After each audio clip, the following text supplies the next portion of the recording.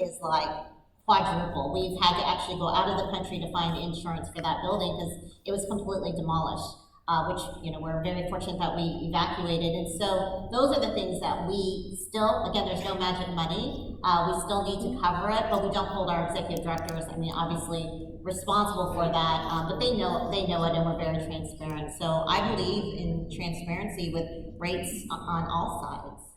We're the only industry that housing is the primary reason that they're coming into, and we don't lead with how much it costs. Like, by show of hands, who's bought a house or looked at a house without knowing how much it costs? Yeah, none of us. We don't even go test drive a car without knowing how much it costs.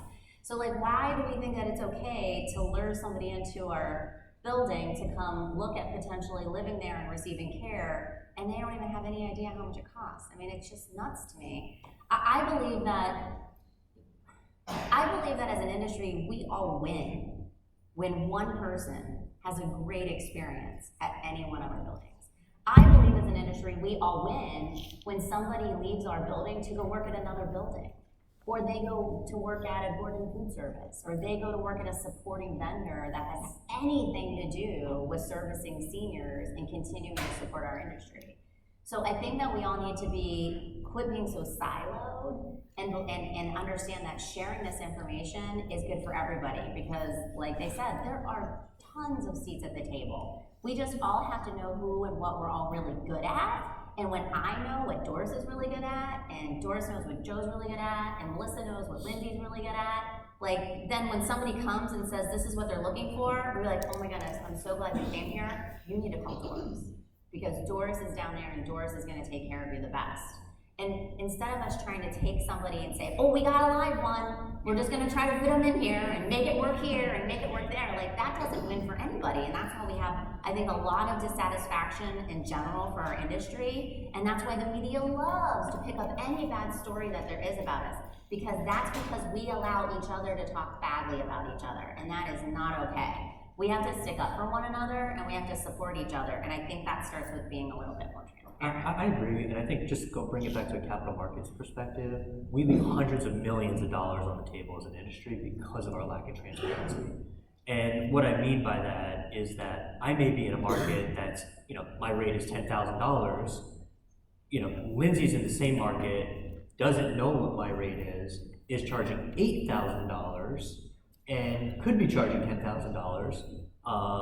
And we're just leaving, I mean, hundreds of millions of dollars on the table. And if you own 1,600 assets in, you know, from a real estate perspective, like the REITs own, think about the potential upside revenue if there is pricing transparency.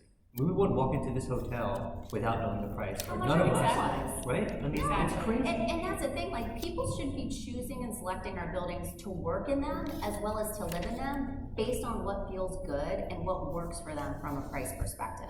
Culturally, it should be that fit. It's like choosing your school you went to.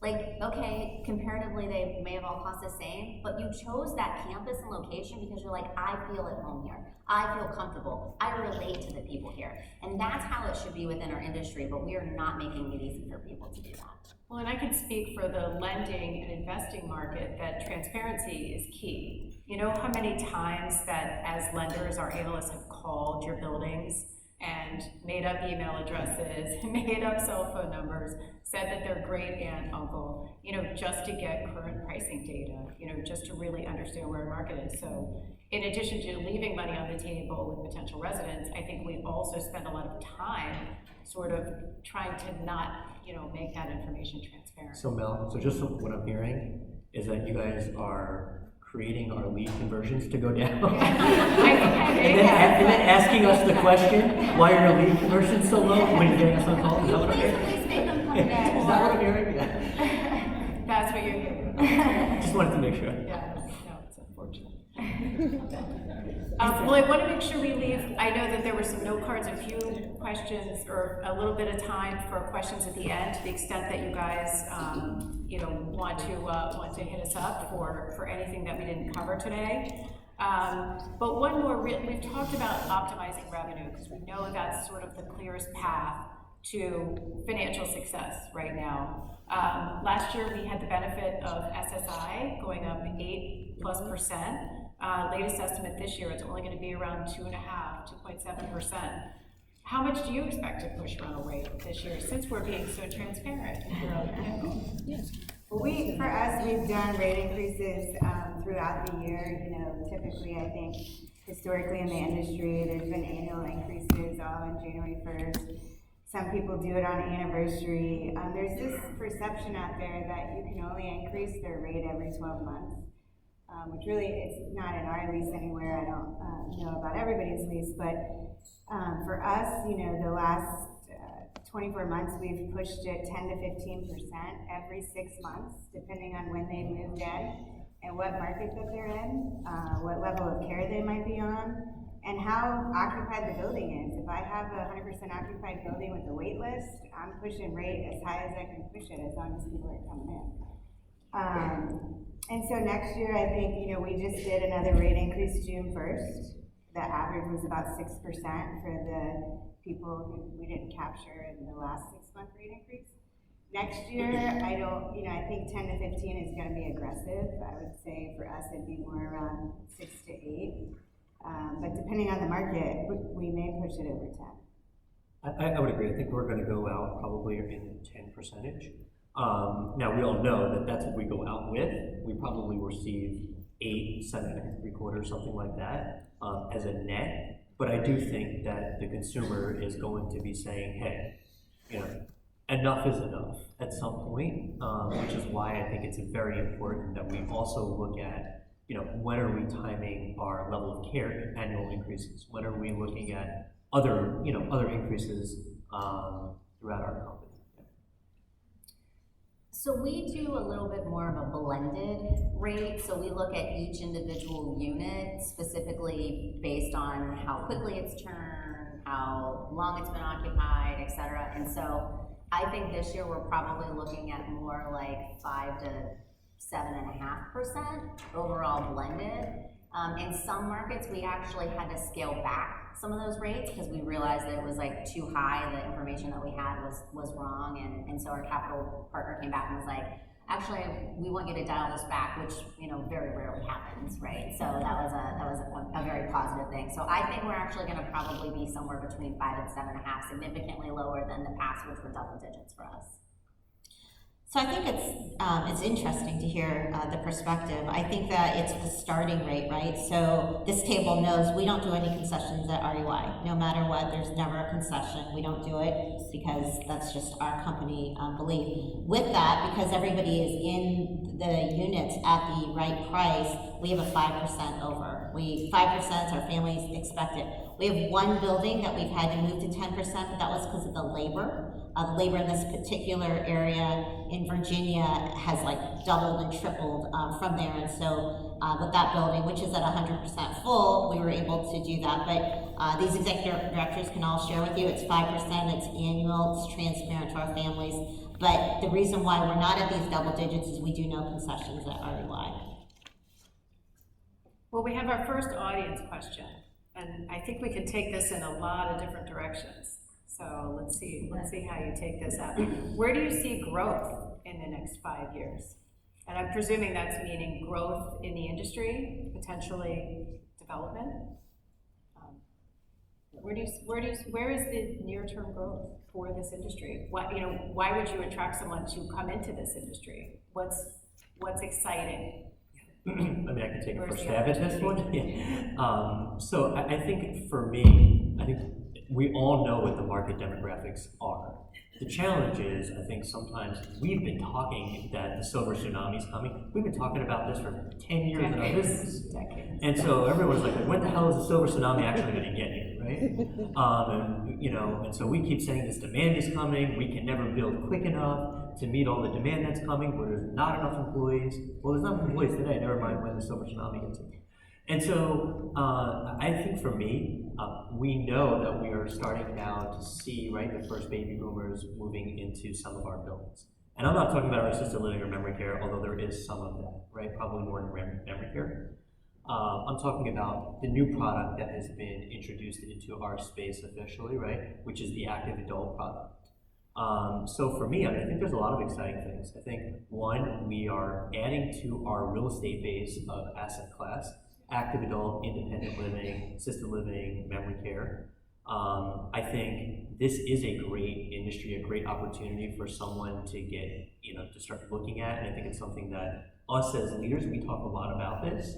But I think it's something that we need to talk about as an industry, and everyone in this room is responsible to figure out how do we bring the next level or the next, what is our succession plan? And I think quite honestly, I know in my career, we're going to be taking care of those boomers. And so thinking about how do we build for those boomers, not how do we build for the greatest generation that's living necessarily in our buildings today. But I think that, there's a lot of exciting things happening in our space. I think the advancement of technology is very neat. I know we talk a lot about AI and what can we do and what can AI bring to our industry. So I think there's a lot of things, quite honestly, to be exciting about. And I think that, this is the first time in history that there's more people turning 65 than 18. So when you think about growth, think about that statistic. That's huge. So, yeah, anyway, I don't know where I was going with that, but. I would agree. I think, as you guys all know, COVID kind of took us ahead 10 years. Our industry typically lags behind some others, and COVID really forced us to do a lot of things very quickly. Whether it's, getting everybody used to Zoom, getting family members used to virtual tours, being transparent about what's happening. We are all sharing, information. How do we get PPE? How do we do this? How do we do this? It really brought the industry together from the top down, I think. And so I think in the next 5 years, we're going to see a similar thing happen. I think there's going to be a lot of technology that comes in, a lot of streamlining that comes in. As Joe said, we've got to figure out who's going to be taking care of all of these people coming in from a demand perspective. And then also, how are we going to collaborate together to make things easier from an operations perspective? Because the boomers coming in they're gonna demand a much different product than we deliver today. It's gonna be much more flexible from a dining perspective, engagement perspective, all of these different things. I'm gonna wanna do something different than Joe's gonna wanna do, than Sevi's gonna wanna do, and how are we gonna price that? How are we gonna deliver on that expectation? I think that's really gonna be, I think we're gonna see a lot of change over the next 5 years.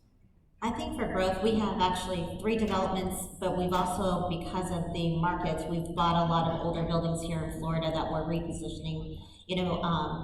I wrote a white paper, and the white paper was that the baby boomers are not gonna move into the same place they moved their mom into. Right, and so the baby boomers changed everything. They brought in preschool and kindergarten. They, demanded everybody have a neighborhood with a backyard.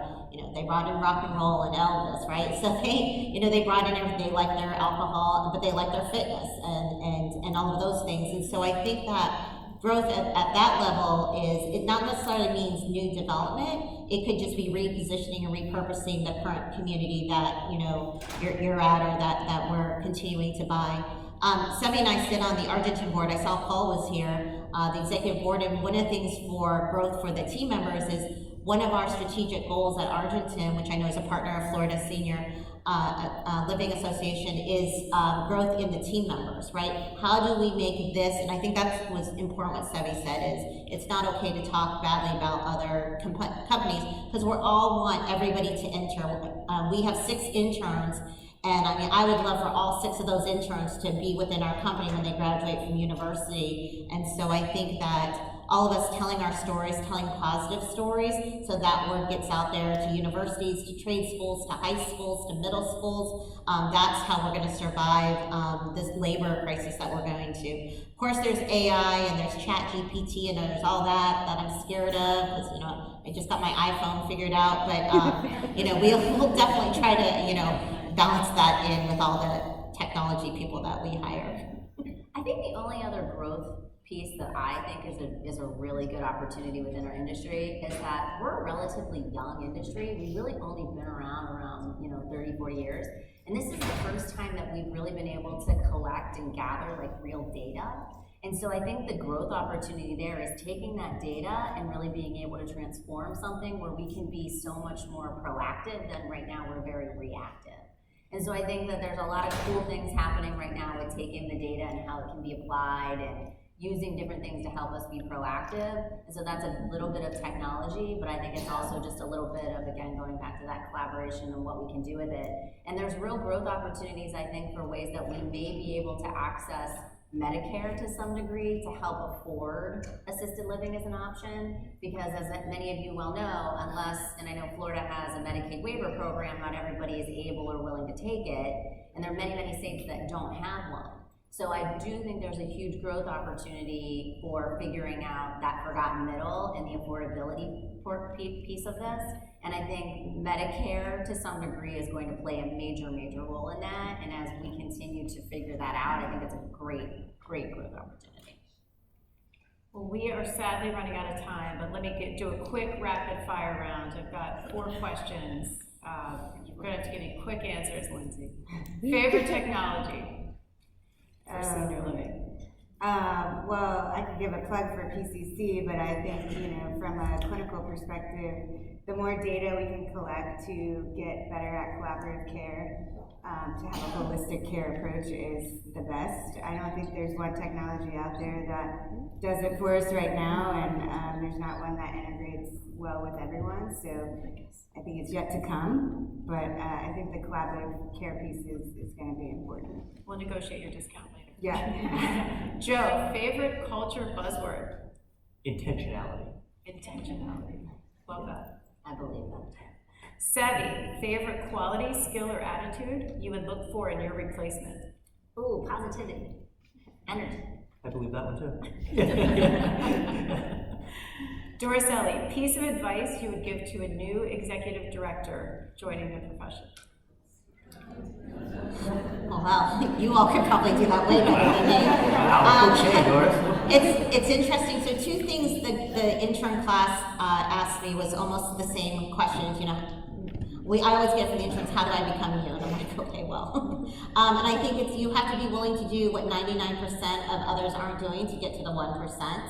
And I also think that the discipline of the hijacking of our days, right? We walk in with this great plan, and then a resident, team member, or corporate, or whoever has just hijacked our days, and how do we discipline ourselves back to whatever those level care meetings or whatever those are? So I think the balance of those 2. Well, keep up the good work, everybody, and I hope this is a rewarding experience for you this week, and you enjoy the fellowship of your other peers here. I mean, like I said, it was great having this parallel universe and seeing how you guys interact and build and innovate together. So we're very grateful that you're here, and thanks for letting us talk to you for the last hour.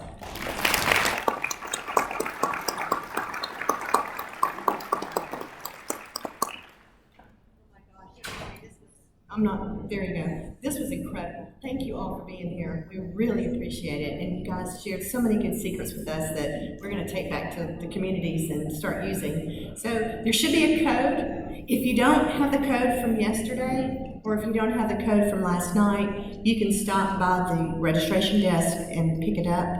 Also, we'll be sharing these codes all throughout the day. And so if anybody misses a code, please, offer the codes to your friends and family.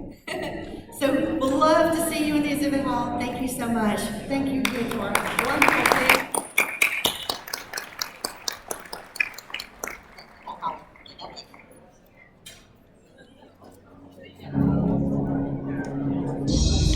team.